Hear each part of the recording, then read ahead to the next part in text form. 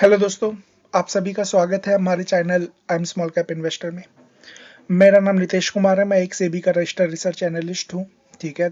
हम आज बात करने वाले हैं इंडिया के डिफेंस स्टॉक से रिलेटेड, है ना। डिफेंस में बहुत सारे यहाँ पर सेक्टर आते हैं, बहुत सारे स्टॉक्स मार्केट में लिस्ट है, तो एक एक करके हम यहाँ पर बात करने वाले हैं। क्योंकि हम देखें तो मार्केट में गिरावट हुई है, उसमें डिफेंस स्टॉक्स भी गिरते हुए नजर आ रहे हैं। तो क्या इम्पैक्ट होता हुआ नजर आएगा, चार्ट कैसे नजर आते हैं, उससे रिलेटेड हम बातें करेंगे। तो एक एक करके हम वीडियो में आगे बढ़ेंगे, जानेंगे उन स्टॉक से रिलेटेड। बट उससे पहले रिक्वेस्ट है कि आप हमारे channel I am small cap investor को सब्सक्राइब, बेल आइकन को हिट, ऑल की नोटिफिकेशन को ऑन कर लीजिए। बेल आइकन को हिट करिएगा। और बाइंग सेलिंग की कोई रिकमेंडेशन नहीं है, अपने फाइनेंशियल एडवाइजर खुद की स्टडी आपको करनी है। सीखना है, सीखने के लिए वीडियोज है। इसके अलावा देखिए, आप मैं एक सेबी का रजिस्टर्ड रिसर्च एनालिस्ट हूँ। ठीक है ना। यहाँ पर हमारा रजिस्ट्रेशन नंबर ये है INH00002468 आप जाके यहाँ पर BSc में चेक भी कर सकते हैं, NSC में जाके यहाँ पर चेक भी कर सकते हैं। तो आप हमारे प्लान्स और हमारे कोर्स में जाके ना एनरोल कर सकते हैं। सीखने का काफ़ी अच्छा मौका है। हमने फीस लगभग 60% यहाँ पर कम कर दिया है। साथ में हमारे जितने भी प्लान्स हैं यहाँ पर आप जाके इसे चेकआउट कर सकते हैं। ठीक है ना। आपको काफ़ी यहाँ पर चीज़ें समझ में आएगी और बड़े सस्ते यहाँ पर प्लान्स हमारे यहाँ पर नजर आते हैं। आगे बढ़ते हैं और हम यहाँ पर बात करते हैं किससे रिलेटेड, डिफेंस से रिलेटेड हम यहाँ पर बातें करने वाले हैं। ठीक है कि डिफेंस यहाँ में एग्जैक्टली चल के आ रहा है। सबसे पहले हम सेक्टर की और मार्केट की थोड़ी बात कर लूँ तो देखिए, आज क्रूड ऑयल दोबारा यहाँ पर ऊपर है, लगभग 102 के आसपास चलता हुआ नजर आ रहा है। हमने पहले वीडियो में बताया था कि 93 तक आ सकता है, वहां पर टच करके ऊपर आ गया है। दूसरी गिफ्ट निफ्टी की बात करें तो लगभग 129 पॉइंट, अभी भी यहाँ पर 135 पॉइंट यहाँ पर डाउन है, 0.5% के आसपास डाउन है। ठीक है ना। तो नेगेटिव ये भी दिखाई देता है। अगर ये जितना ऊपर जाएगा, जितना कलेश अभी जो चल रहा है गल्फ कंट्री में, वो अगर चलता रहेगा स्ट्रेट ऑफ हार्मोस में, तो यहाँ पर ये हमारे लिए बेकार बात होगी। तो वो यहाँ पर आप देखेंगे कि गिरावट भी फिर उसी तरीके से होगी। कल अगर ये ऊपर ही रहा, ये गिरावट हुई गिफ्ट निफ्टी में, तो कहीं ना कहीं और मार्केट में गिरावट आ सकती है। और अभी भी कोई क्लियरिटी है नहीं कि युद्ध एग्जैक्टली कहाँ पर, किस दिशा में यहाँ पर जाता हुआ नजर आ रहा है। दूसरा स्टॉक्स की हम बातें कर, डिफेंस की बात करें तो यहाँ पर देखिए काफी अच्छे रिटर्न डिफेंस ने यहाँ पर दिए over a period of time, है ना। बट उसके बाद आप देखेंगे तो एक गिरावट आती हुई दिखाई दे रही है। अगर आप यहाँ पर जाएंगे तो आपको समझ में आएगा। यहाँ पर 2022 से अभी तक देखेंगे तो मल्टी बैगर रिटर्न यहाँ पर बने, इंडाइसिस में इवन बनते हुए नजर आए। बट यहाँ पर आप देखेंगे अब 200 DMA के भी नीचे आया है और काफी वीक यहाँ पर चार्ट नजर आता है डिफेंस का। डिफेंस के चार्ट की बात करूं, काफी वीक नजर आता है। और एक यहाँ पर सपोर्ट है, यही वाला मेन जो सपोर्ट है ना, इसी को मान के चलिए 7333 के आसपास। अगर ये यहाँ पर ब्रेक डाउन हुआ तो चीजें और ज्यादा बिगड़ सकती है, और बिगड़ के ये फिर इंडाइसिस लगभग 7000 या फिर 5000 के आसपास आता हुआ दिखाई दे सकता है। ठीक है ना। ओवर पीरियड ऑफ टाइम देखिए, वॉर हो रहा है, वॉर में अभी क्या है, जितने भी गल्फ कंट्री है ना, वो इस वॉर के बाद अपने जो रक्षा प्रणाली है ना, जो पूरे के पूरे सिस्टम है, उन्हें चेंज करते हुए नजर आएंगे। अमेरिका के पास तो जाएंगे ही जाएंगे, चाइना के पास उनका जाने का कोई मतलब बनता नहीं है अगर वो समझदार होंगे तो। दूसरा जो ऑप्शन इन्हें बनता है ना, यूरोप या फिर इंडिया। इंडिया में अच्छे अच्छे यहाँ पर स्टॉक्स है। ठीक है ना। और बहुत ज़्यादा यहाँ पर अच्छा डिफेंस यहाँ पर है कंपनी का। जितने भी हम बात करें मिसाइल्स, है ना, प्लेन तो हमारे ऑलरेडी हम भी मंगाते हैं, तो हम बात नहीं करेंगे। या फिर शिप की भी हम यहाँ पर बात करें तो अच्छा खासा ऑर्डर खुद इंडियन गवर्नमेंट ही देती हुई नजर आती है। तो मिसाइल्स और यहाँ पर गन्स, उनसे रिलेटेड यहाँ पर अच्छा खासा एक्सपोर्ट होता हुआ नजर आता है ना। या साथ में हम बात करें हमारे कुछ खुद के पर्सनल, जो यहाँ पर हम बात करें विष्णु चक्र की तरह जो हमारे यूज होते हुए नजर आया है, जो हमारी मिसाइल्स, आने वाली मिसाइल्स को ट्रैक करके यहाँ पर पहले ही निस्ते नाबूद कर देते हैं ना, खत्म कर देते हैं। तो उससे रिलेटेड यहाँ पर सिस्टम है। तो वो अच्छा, जैसे इसराइल का है आयरन डोम, तो उसी तरीके से हमारे पास भी है।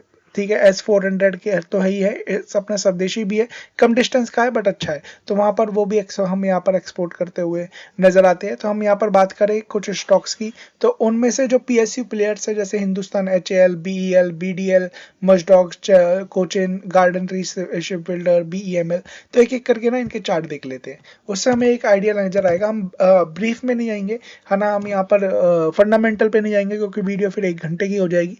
हम जाएंगे यहाँ पर चार्ट पे। चार्ट क्या कह रहे हैं वो समझते हैं। देखिए, चार्ट की अगर मैं बात करूं, ठीक है, तो आपको समझ में आएगा काफी अच्छे रिटर्न यहाँ पर HAL ने दिए। एचएल ने रिटर्न देके यहाँ पर लगभग बोनस के बाद में ये शेयर 5,528 के आसपास गया है।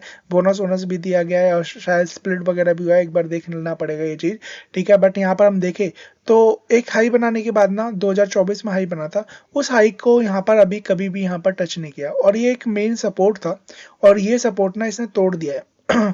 और अगर मैं बात करूँ ना, अगर आप चार्ट को पढ़ना जानते हो और चार्ट को यहाँ पर समझना जानते हो, ठीक है ना, तो मैं आपको केवल बस ये कहूंगा कि यहाँ पर ना एक डबल बॉटम था, ये है ना डबल बॉटम, डबल टॉप है सॉरी, है ना, और ये डबल टॉप का ना यहाँ पर एक नेकलाइन थी, उस नेकलाइन को ब्रेक कर दिया है। और जब इस तरीके के नेकलाइन ब्रेक होते हैं ना और एक स्टेज 2 जब पूरा हो जाता है, क्या होती है स्टेज 2, हम यहाँ पर पढ़ाते हैं, सिखाते हैं और इसी के बेस पे हम यहाँ पर काम करते हैं, ये होती है स्टेज 2। और जैसे मैंने बताया डबल टॉप बन गया, नेकलाइन ब्रेक हुई है, तो उसके बाद गिरावट आती हुई दिखाई देती है, ऐसा मोस्टली होता है। तो शायद ना ये चार्ट यहाँ से वीक हो गया है।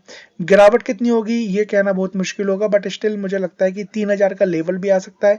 और अगर कंपनी अच्छा परफॉर्म नहीं करती, रिजल्ट वगैरह अच्छे नहीं आते, तो ये शायद आने वाले टाइम में आप 2,000 रुपए तक भी देख सकते हैं, ठीक है ना। बट याद रखिएगा रिस्क को मैनेज करना बहुत जरूरी है, मेरे कहने पर और किसी और के कहने पर नहीं। जो चार्ट सजेस्ट कर रहे हैं मैं उससे रिलेटेड बातें कर रहा हूँ कि यहाँ पर एग्जैक्टली ऐसा हो सकता है, ठीक है ना।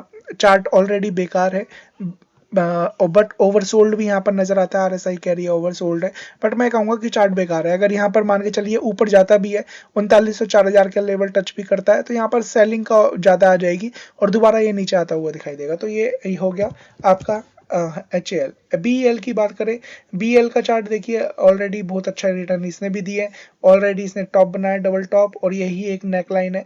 अगर मान के चलिए 400 का लेवल ये तोड़ता है ना, चार्ट बेकार हो जाएगा, ठीक है, चार्ट बेकार हो जाएगा। और फिर उसके बाद ये 377 358 और शायद ये गिर गिर के ना 300 रुपए के आसपास आता हुआ नजर आए, 300 से 250 रुपए के आसपास। तो उसके लिए आपको थोड़ा सा ध्यान देना है, कंपनी के फंडामेंटल पे ध्यान देने हैं, साथ में कंपनी के रिजल्ट कैसे आ रहे हैं उस पर ध्यान देना है। अदरवाइज कहीं ना आप ऊपर के लेवल पे लेके फंस जाओ, ऐसा आपको नहीं होना चाहिए। साथ में यहाँ पर देखें तो यहाँ पर बिकवाली ज्यादा आती हुई दिखाई दे रही है, तो उस चीज को आपको देखना है। डिफेंस सेक्टर फिलहाल की डेट में, इसलिए मैं यहाँ पर सबको कहता हूँ डिफेंस से अभी फिलहाल की डेट में दूर रहना काफी अच्छी बात होगी, ठीक है। बात करें मजडाउ की, बट अपने फाइनेंशियल एडवाइजर खुद की स्टडी करना है ना। मैं सेबी का रजिस्टर्ड रिसर्च एनालिस्ट हूँ, तो उस चीज के हिसाब से मैं यहाँ पर अपने पर्सनल व्यू दे रहा हूँ, बाकी और कुछ नहीं। हम बात करें यहाँ पर एजुकेशन पर्पज से ये वीडियो है, यहाँ पर हम देखी जाए तो मजडॉक तो ऑलरेडी है, इसने 3700 का हाई बनाया था और 2000 के आसपास ये आया भी था। चार्ट की बात करूं, चार्ट अभी भी वीक है, बाइंग आती हुई नजर आई है, बट ये बाइंग यहाँ पर बेचने वाली बाइंग थी, बहुत सारे लोग यहाँ पर शायद बेच के निकल गए होंगे। यहाँ पर ये शायद 1900 रुपए के आसपास यहाँ पर कंसोलिडेट करेगा, जब तक ये 1900 के आसपास कंसोलिडेट कर रहा है तब तक अच्छा है। जिस दिन ये 1900 का लेवल अगर तोड़ दिया तो मान के चलिएगा ये 1200 से 1000 रुपए के आसपास ये मिलता हुआ नजर आएगा, ठीक है ना। तो प्रे करिएगा 1900 का लेवल ना तोड़े। और ऊपर की बात करूं तो ऊपर जब ये शायद 2500 का लेवल यहाँ पर निकाले, ठीक है ना, तब एक 3C पैटर्न का ब्रेकआउट होगा। क्या होता है 3C पैटर्न, आप हमारे कोर्स में आएंगे तो यहाँ पर बात करेंगे। 3C पैटर्न ये अगर ब्रेकआउट करेगा तब हम एक बार रिस्क मैनेजमेंट को फॉलो करके तब देख लेंगे, क्योंकि चार्ट स्ट्रक्चर उसके बाद भी वीक यहाँ पर नजर आता है। तो बहुत सारी चीजें हैं वो देखनी होगी, उसके हिसाब से ही हमें यहाँ पर काम करना होगा। बीडीएल की बात करें तो बीडीएल यहाँ पर देख सकते हैं ऑलरेडी 200 डीएमए के नीचे चल रहा है, जैसे कि मैंने बताया था। देखिए मैंने यहाँ पर आप देखेंगे ना, इसने डबल टॉप बनाया, ये नेकलाइन थी, ये ब्रेक हुआ और चीजें स्टेज 4 में आ गई। सेम एज यहाँ पर देखेंगे तो ये डबल टॉप है, ये नेकलाइन है, इसने नेकलाइन को ब्रेक किया, देखिए चीजें नीचे। अभी की बात करूं तो वीक है स्ट्रक्चर, ओवरसोल्ड भी है। यहाँ पर एक अगर गिरा तो शायद 900 रुपए के आसपास का लेवल आपको मिल जाए, है ना। यहाँ पर कंसोलिडेशन यहाँ पर होगा, कंपनी के नंबर्स देखने पड़ेंगे, सब चीज देखना पड़ेगा, उसके हिसाब से देखना पड़ेगा। बाकी ये देखेंगे लॉन्ग टर्म चार्ट में भी तो पिछले 1-1.5 साल से 2 साल से ये क्या कर रहा है, कंसोलिडेशन कर रहा है, तो आपको उसके हिसाब से देखना है। कंसोलिडेशन यहाँ पर ज्यादा है। बात करें यहाँ पर कोचिन शिपयार्ड की और गार्डन रीच की, है ना, तो GRSE हम यहाँ पर देख लेते हैं। तो यहाँ पर आप देखेंगे इसमें भी आपको वही चीज पैटर्न यहाँ पर नजर आएगा, ठीक है ना। वीक यहाँ पर स्ट्रक्चर है, यहाँ पर एक मेन सपोर्ट है ना। अगर ये यहाँ पर 2100 का लेवल तोड़ता है तो आप यहाँ पर नीचे के लेवल और ज्यादा देख सकते हैं, तो उसी हिसाब से आपको क्या करना है, काम करते हुए आपको देखना है, ठीक है ना। तो GRSE भी यहाँ पर वीक नजर आता है। इसके अलावा हम यहाँ पर देखें कोचिन शिपयार्ड, तो शिपयार्ड भी यहाँ पर देखेंगे, गवर्नमेंट ने अलाउ तो किया है पैसे, है ना, मजडॉक को भी शायद ऑर्डर मिले, यहाँ पर भी इससे भी ऑर्डर मिले शिप बनाने के लिए, उसके लिए।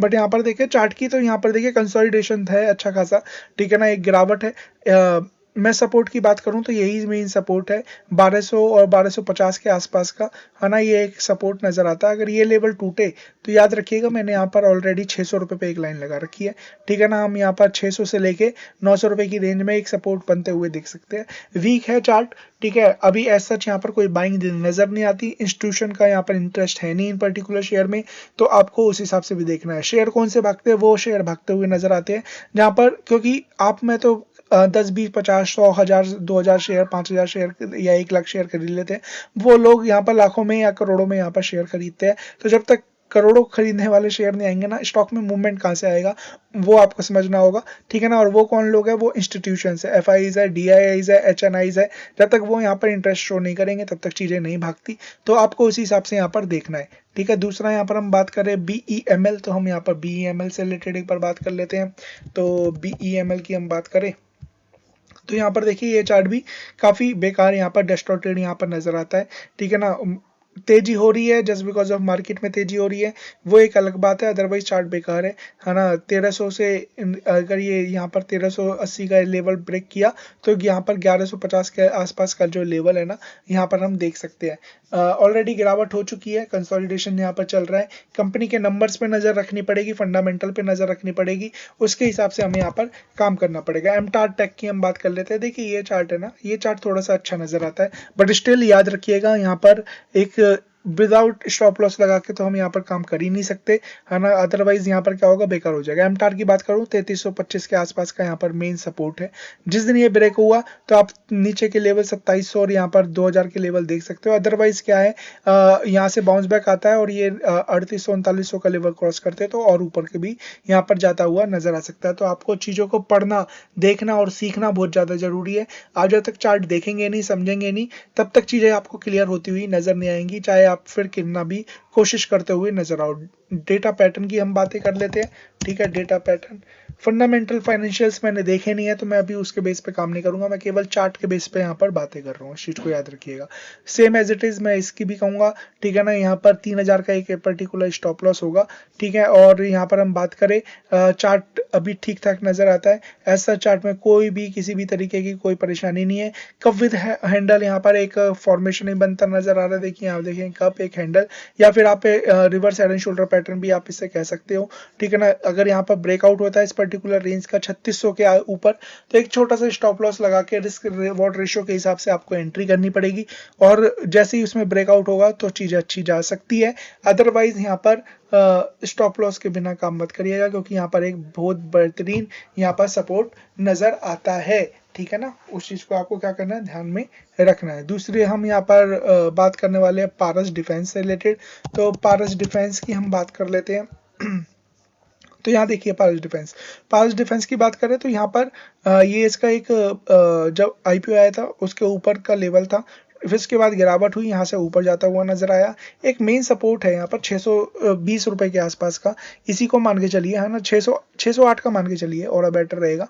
600 के आसपास का एक स्टॉप लॉस होगा। चीजें अभी तो बेकार है ना, फंडामेंटल एक बार देखने पड़ेंगे। अगर ये चीजें चली, क्योंकि यहाँ पर हम देखेंगे ना तो यहाँ पर बाइंग भी अच्छी खासी आई है, चीजें चली तो अच्छी बात है, अदरवाइज जल्दबाजी तो करनी नहीं है, ठीक है। बट यहाँ पर 600 का एक स्टॉप लॉस जैसे कि मैंने बताया, वो जिस दिन ये 788 के ऊपर या 770 के ऊपर निकलता हुआ नजर आएगा ना, और रिस्क रिवॉर्ड रेशियो के हिसाब से अच्छी एंट्री बनेगी, तब 900 से लेके 1200 तक के यहाँ पर चीजें जाती हुई नजर आ सकती है। बट मेरे कहने पर, किसी और के कहने पर नहीं करना है, चीजें अभी चार्ट बेकार है, बट यहाँ पर बाइंग होती हुई नजर आ रही है, और जो इसका बेस था ना, यह हम यहाँ पर कहे उसके ऊपर यहाँ पर नजर आता है, तो कंसोलिडेशन में है ना। फंडामेंटल चेक करने पड़ेंगे, वो सब चीज चेक करनी पड़ेगी, उसके हिसाब से ही यहाँ पर और ज्यादा आइडिया लगता हुआ नजर आएंगे।